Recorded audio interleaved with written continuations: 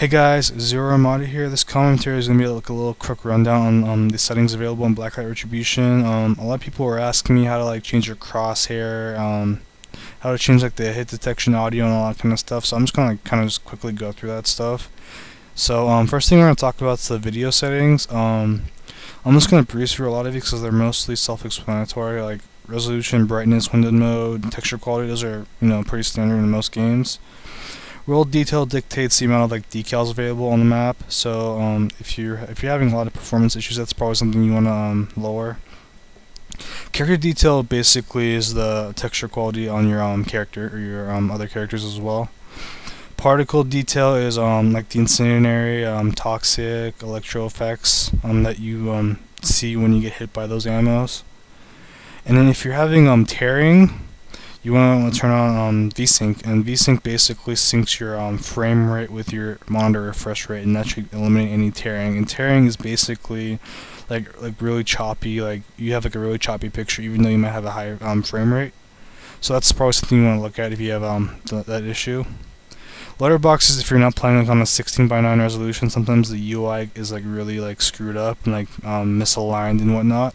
So if you're not playing on a 16:9 resolution, try enabling letterbox, and that'll get rid of any problems you might be having with the UI. Dynamic shadow basically means like variable lighting or variable shading. Decal color scale is similar to world detail, but it basically dictates how far from the character will the game start rendering the decals. So if you're having a lot of performance issues, you might want to consider putting decal color scale to 0.5, the lowest value, and that'll basically mean that the most minimal distance required before the game will start rendering any decals. So that should really help you out. Static decals are basically like graffiti and like font face and all that kind of stuff that are on the walls.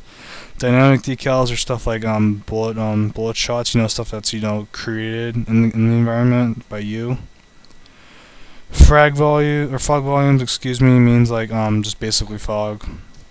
Dynamic lights means variable lighting throughout the environment. Distortion, bloom, motion blur, and depth of field. I have all of those off specifically because when you're aiming, you really want a sharp picture, and then all four of those settings will hinder your hinder your picture. It will basically make it blurry, make it obscure and whatnot. So I mean, if you're trying to aim, what's the point in having blur on, really? So I just have all those disabled, and it really helps out with aim. Ambient occlusion is basically like a different way of rendering lighting reflections on a 3D model, so I just have that disabled.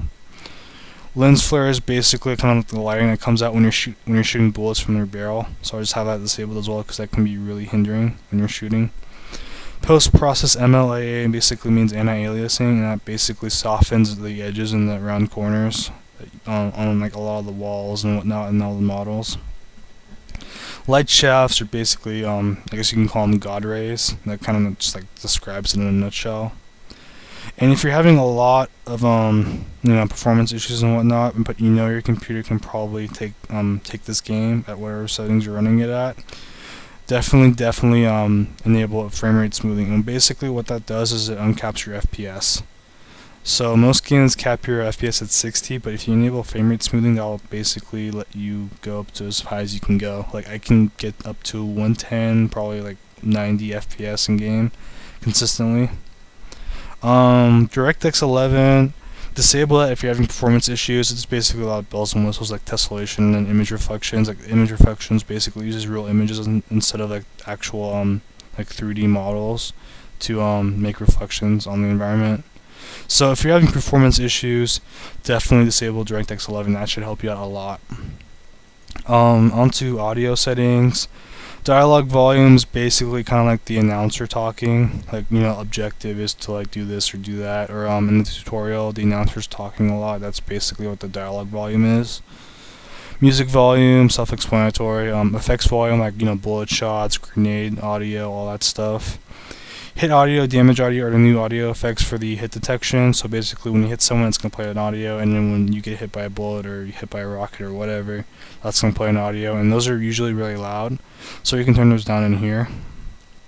Captions, I haven't really seen captions except for in the tutorial. So you can enable those or disable those if you want to. Voice over IP, basically microphone chat or voice chat. Push to talk, if you want to have it voice activated, you just disable that, or if you want to use the push to talk key, which is set to default as the left alt key, you just leave that enabled. Playback volume, I just muted it because it's really annoying to be honest. Mic sensitivity, so if you're transmitting your voice, basically how sensitive your mic is. And noise cancelling is pretty self-explanatory, it just cancels out any environment noise when you're talking. Onto game settings, which is where a lot of the good stuff is at. SSD videos, that's basically a feature if you have an SSD drive on your computer.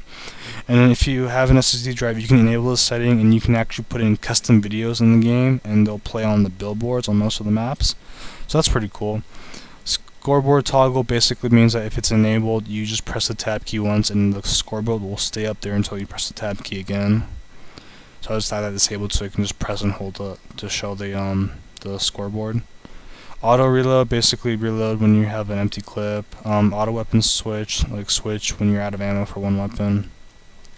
Field of view is basically your peripheral vision, so always have that maxed out so you can have a better peripheral vision. Gore, like blood and whatnot, like the headshot animation, that's pretty much what gore is. Hide HUD and HUD chat, those are, the only reason you probably really want to disable these if you're doing like a movie or something. You can disable the HUD completely and disable the chat completely, just to help out when you're like recording movies or frag movies or whatever. Social notifications are kind of like those messages that pop up when you have a friend coming online or whatever. You can actually orient them to be on the left side, or you can orient them to be anywhere, or you can actually disable them completely. Tutorials, just have those disabled because they're annoying. You can also reset them if you've gone through them once already. And then smart reticle opacity is basically that huge circle that appears across your crosshair. So there it is right there. I have that set to 0, so it won't even show up because it's really hindering to me, to be honest. Only thing I'd probably use it for is if I'm sniping, because I think it would really help out for sniping, but that's pretty much the only thing I see it has a purpose for. Tick marks basically dictates how many ticks you have on your crosshair. So this is the crosshair settings right here. You can have 4 like a traditional crosshair. You can make a circle by going up to 12. If you want like a dot, you can actually get a dot as well. You just have to have 12 tick marks, and you have to have the tick length set to 1, and that will actually make a, even though it doesn't show it really right here, it will actually make a dot in game. So that's pretty cool. But yeah, it's just basically you can like dictate how many tick marks you want on your crosshair. You can have like a little star. You can have a little like kind of like a star right there. You can have another like a plus, like a traditional plus, like I said. You can have a triple, like a 3-tick crosshair like that, a 2-tick crosshair.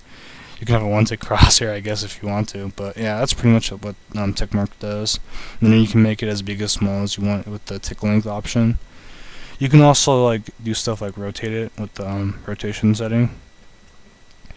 And then like the smart reticle opacity, you have a crosshair opacity here too. And that's basically what that does, is makes it either, translucent, or you can make it more solid by increasing the opacity. And then also there's color specifically for every different kind of scenario for the crosshair. Like just a neutral color for me is yellow. If I'm pointing at an enemy, it's going to be green. If I'm pointing at an enemy, or an ally, excuse me, it would be green. If I'm pointing at an enemy, it's going to be red. And then if it's a faraway enemy, it's going to be kind of amber. And then the hard drive test is basically, if you have an SSD drive, you can test your hard drive. If it scores over 6,000, but it's not gonna for me because I'm recording right now. But if it scores over 6,000 and you have an SSD drive, you can actually unlock the demon boots, which are over here. Let me get them out really quickly. Speed demon boots are right here, and as you can see, there's a little SSD logo. So you can unlock those by basically going to the speed test option and scoring above a 6,000 score. Controls, invert mouse, pretty self-explanatory. Crouch toggle is kind of like similar to the scoreboard toggle. So if it's enabled, you basically just click and hold it to crouch, and then once you let go, you'll stand back up. If you disable that, it'll basically mean that you click the crouch key once, and you'll crouch until you click the crouch key again. Same thing kind of for tight aim toggle when you scope in, and then I always have acceleration disabled because you want a 1-to-1 mouse movement speed. So if you've heard of like those mouse fixes, like the CPL mouse fix and all that stuff, I'd definitely look into putting that into your computer. Because when you're playing an FPS game specifically, you want to have one-to-one mouse movement, because shooter games are like really mostly muscle memory, and you're not gonna really have a good memory of like, you know, how far the mouse is gonna move if you have like a variable speed with acceleration. So I always have acceleration disabled completely. But for me, for sensitivity, I have 50 for tight aim and regular sensitivity, and that's using an 800 DPI mouse on the middle setting for speed on the mouse sticker for speed. So those are my mouse settings, but it's going to be different for pretty much any mouse or any other person, so just keep that in mind. Controls, keybinds are pretty self-explanatory. Just, you know, bind what action does for what key and whatnot. Account settings, like duration, basically dictates what the default duration you buy items for.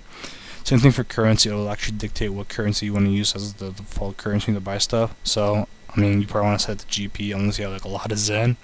But yeah, auto equip basically means once you buy an item, you can automatically equip it, like a part or whatever, like a barrel or whatever you buy, it'll just equip it automatically. So yeah, that's pretty much it. If you have any questions, feel free to leave them in the comments below. But yeah, thanks for watching.